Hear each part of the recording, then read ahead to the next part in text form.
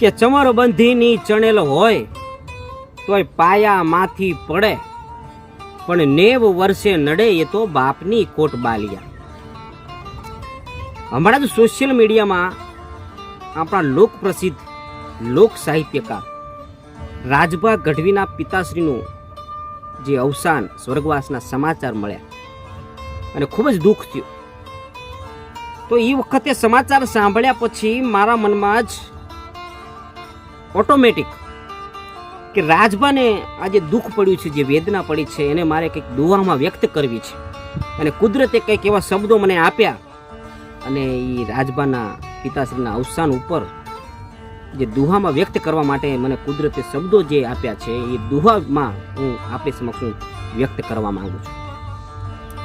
આ video share કરજો, જેથી રાજભા ગઢવી જોડે આ વિડીયો પહોંચે અને એમને પણ ખ્યાલ આવે કે એમના નાના એવા ચાહક નાની નાની વાતો, લોક સાહિત્યની વાતો કરી લોક સાહિત્યની તૈયારી કરે છે અને લાગણીથી, દુઃખથી એક આ રાજભાનું જે દુઃખ છે અને દુઃખ વ્યક્ત કરતો, વેદના વ્યક્ત કરતો એક આ દુહો બનાવ્યો છે. ભૂલ ચૂક હોય તો માફ કરજો સાહેબ.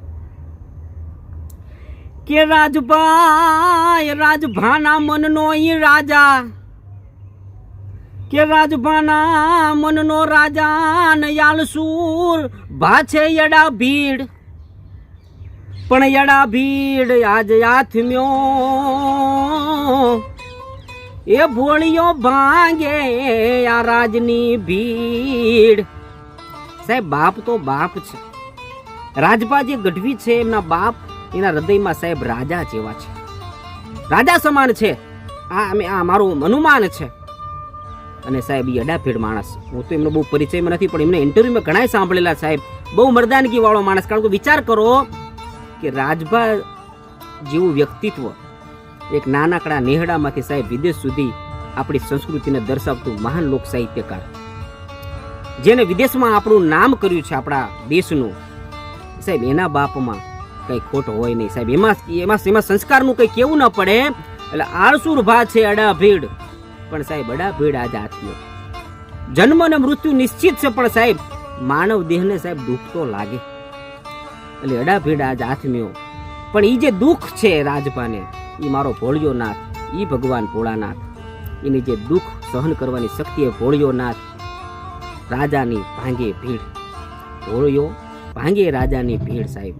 એટલે પછી આ દુહામાં મેં વ્યક્ત કર્યું છે કે રાજભાના મનનો ઈ રાજા, આળસુરુ પાછે અડા ભીડ આજ આથમ્યો, ભોળિયો ભાંગે એ રાજની ભીડ સાહેબ.